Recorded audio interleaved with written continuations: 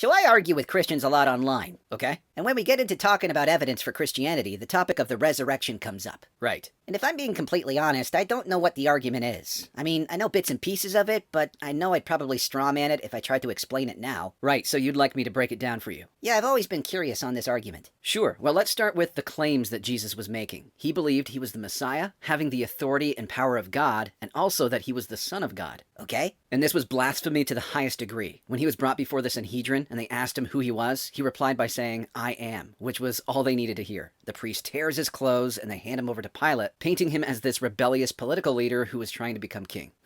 So it's important to understand what it is he claimed before we talk about these next 3 points surrounding the resurrection. Okay? Most New Testament scholars agree that 1, the tomb was discovered empty, 2, that many people claim to have seen the risen Jesus, and 3, that his disciples suddenly and sincerely began believing that he was risen from the dead, despite having every reason not to. What do you mean every reason not to? Well, these Christians were persecuted, shunned by their own Jewish communities, and ultimately they died for what they believed to have seen. Don't martyrs die all the time for different beliefs? Yes, people die for things that they believe to be true, but these guys died for what they knew to be true. Huh? Well, if they made this whole thing up and Jesus really didn't rise from the dead, they wouldn't die for this, especially if they knew it was a lie.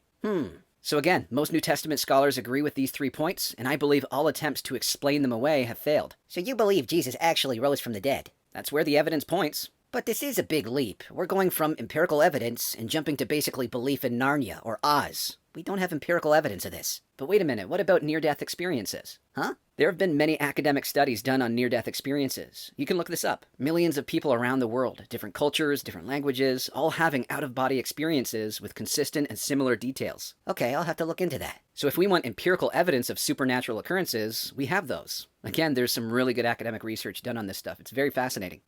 So to button this up, I think the evidence of the resurrection is strong. It complements other arguments made in support of both theism and Christianity. Okay. I hope this helps.